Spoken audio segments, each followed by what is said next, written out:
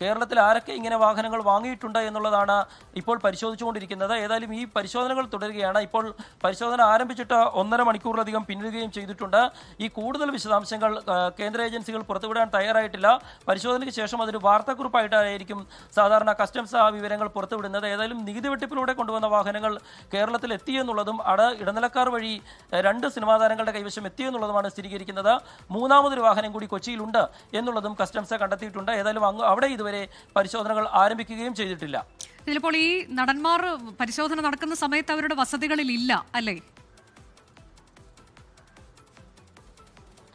നിലവിൽ പരിശോധനകൾ നടക്കുന്ന സമയത്ത് 2 നടന്മാരും അവരുടെ വസതികളിലില്ല. ഓഫീസിലുള്ളതും വീട്ടിലുള്ളതുമായ അവരുടെ വീടുകളിലേക്കാണ് അങ്ങോട്ട് പരിശോധനകൾ നടന്നുകൊണ്ടിരിക്കുന്നത്.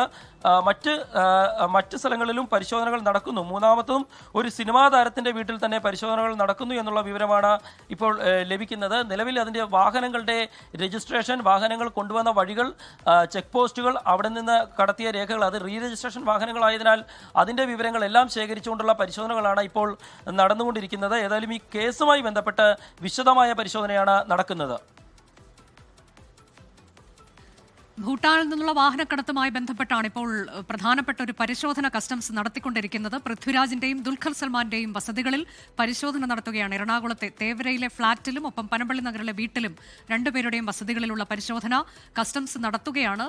ആഡംബര വാഹനങ്ങൾ ഭൂട്ടാനിൽ നിന്ന് കൊണ്ടുവന്നു എന്നുള്ളതാണ്. അത് ഇടനിലക്കാർ വഴി വാങ്ങിയിട്ടുണ്ടാകാം എന്നുള്ളതാണ് പ്രാഥമികമായ ഒരു വിലയിരുത്തലിലേക്ക് എത്തിയിട്ടുള്ളത്.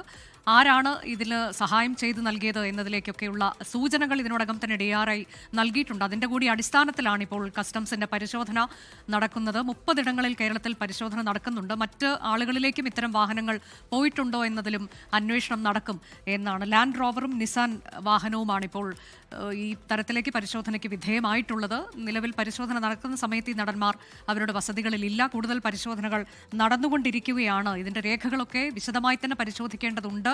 എങ്ങനെയാണ് ഈ വാഹനങ്ങൾ ഇവർ എത്തിച്ചത്, ഇവർക്ക് ആരാണ് സഹായം നൽകിയത്, ഇടനിലക്കാർ ആരാണ് എന്നതിലേക്കാണ് വിശദമായി തന്നെ കസ്റ്റംസിന്റെ അന്വേഷണം പോകുന്നത്. നികുതി വെട്ടിച്ചുകൊണ്ട് ഇങ്ങോട്ടേക്ക് വാഹനം കൊണ്ടുവന്ന് റീ രജിസ്റ്റർ ചെയ്ത് ഇത്തരത്തിലേക്ക് ഇത് ഉപയോഗിക്കാൻ ഇവർക്ക് സഹായം ചെയ്തു നൽകിയത് ആര് എന്നതിലേക്കാണ്. ഇവർ കൃത്യമായി തന്നെ നികുതിയൊക്കെ അടയ്ക്കുന്ന 2 താരങ്ങളാണ് എന്നതും അറിയുന്നുണ്ട്. അപ്പോൾ എങ്ങനെയാണ് ഈ തരത്തിലേക്ക് ഈ ആഡംബര വാഹനങ്ങൾ ഇവർക്ക് ലഭിച്ചത് എന്നതിലാണ് വിശദമായ പരിശോധന ഇനി ആവശ്യമായുള്ളത്. ഓപ്പറേഷൻ നുംകോറിന്റെ ഭാഗമായി കസ്റ്റംസിന്റെ പരിശോധന അത് തുടരുകയാണ്. ഭൂട്ടാൻ പട്ടാളം അവർ ഉപയോഗിച്ച് കഴിഞ്ഞ് കുറച്ച് നാൾ കഴിയുമ്പോൾ ഈ വാഹനങ്ങളൊക്കെ ലേലത്തിൽ വിൽക്കുക എന്നുള്ളത് പതിവാണ്.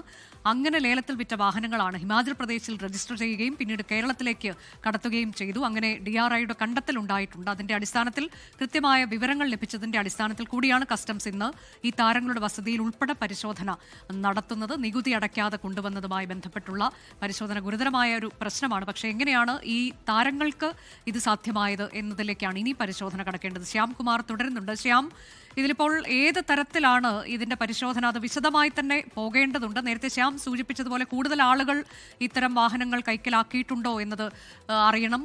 ഈ വാഹനങ്ങളൊക്കെ എവിടെയാണ് കൊണ്ടുപോകുന്നത്? ഏതെങ്കിലും ഷോറൂമുകളിലേക്കാണോ ഇത് കൊണ്ടുപോകുന്നത്? അങ്ങനെ ഒരുപാട് കാര്യങ്ങളിലേക്ക് ഇതിന്റെ അന്വേഷണം പോകാനുണ്ട് അല്ലേ? അനുജ, തീർച്ചയായിട്ടും. കാരണം ഈ കേസുമായി ബന്ധപ്പെട്ടുള്ള ഏറ്റവും പ്രധാനപ്പെട്ട കാര്യം, ഈ നടന്മാർക്ക് എന്തായാലും നേരിട്ട് വിദേശത്ത് നിന്ന്, പ്രത്യേകിച്ച് റോയൽ ആർമി ഉപേക്ഷിച്ച വാഹനങ്ങൾ നേരിട്ട് വാങ്ങി എടുക്കാനായിട്ട് കഴിയില്ല. അത് സ്വാഭാവികമായും വാങ്ങിയവർ, ടെൻഡറിൽ പങ്കെടുത്ത് വാങ്ങിയവർ ഇന്ത്യയിലേക്ക് അനധികൃതമായി കടത്തുകയും അവിടെ നിന്ന് അത് കൈമാറ്റം ചെയ്യപ്പെട്ട ഒരു 3ാം കക്ഷിയിലൂടെ മാത്രമേ കേരളത്തിലേക്ക് എത്താൻ സാധ്യതയുള്ളൂ. സ്വാഭാവികമായിട്ടും ആ 3ാം കക്ഷി ആര്, അവർക്ക് ഈ ഇടപാടിലുള്ള പങ്കെന്ത്, അത് അവർ നികുതി അടച്ചാണോ ഈ വാഹനം ഇങ്ങോട്ട് കൊണ്ടുവന്നത്, പിന്നീട് ഈ നടന്മാരെ എങ്ങനെ ഇവർ സമീപിച്ചു, അങ്ങനെയുള്ള വിവരങ്ങളൊക്കെ ശേഖരിക്കേണ്ടി വരും. സ്വാഭാവികമായിട്ടും അത് കേരളത്തിൽ ഒരു അന്വേഷണ വിഷയമാകും. മോട്ടോർ വാഹന വകുപ്പും ഈ വിഷയത്തിൽ ഇനി സ്വാഭാവികമായും അന്വേഷണം നടത്തേണ്ടി വരുമെന്നുള്ള കാര്യം ഉറപ്പാണ്. ഏതായാലും ഇത്തരം വിവരങ്ങളാണ്, നികുതി വെട്ടിപ്പാണ് കസ്റ്റംസും DRIയും അന്വേഷിച്ചതെങ്കിൽ ഇനി ഈ വാഹനത്തിന്റെ സപ്ലൈ ചെയിൻ എങ്ങനെയായിരുന്നു എന്നുള്ളത് നമ്മുടെ മോട്ടോർ വാഹന വകുപ്പ് കണ്ടെത്തേണ്ടി വരും. എങ്ങനെ ഈ വാഹനങ്ങൾ കേരളത്തിലേക്ക് എത്തി, മലപ്പുറത്തെ ഗാരേജിലേക്ക് ആ വാഹനം എങ്ങനെ എത്തി, അവിടെ നിന്ന് എങ്ങനെ അത് കൊച്ചിയിലേക്ക് എത്തി, അത്തരം വിവരങ്ങൾ സ്വാഭാവികമായും സംസ്ഥാന മോട്ടോർ വാഹന വകുപ്പ് അന്വേഷിക്കേണ്ടി വരുമെന്നുള്ള കാര്യവും ഉറപ്പാണ്. ഏതായാലും ലോകത്തെവിടെയായാലും ഏത് സമയത്തും 24 വാർത്തകളും ഓഗ്മെന്റഡ് റിയാലിറ്റി പാക്കേജുകളും എക്സ്പ്ലെയിനറുകളും വിശദമായി കാണാൻ ഞങ്ങളുടെ YouTube ചാനൽ നിങ്ങൾക്ക് സബ്സ്ക്രൈബ് ചെയ്യാം.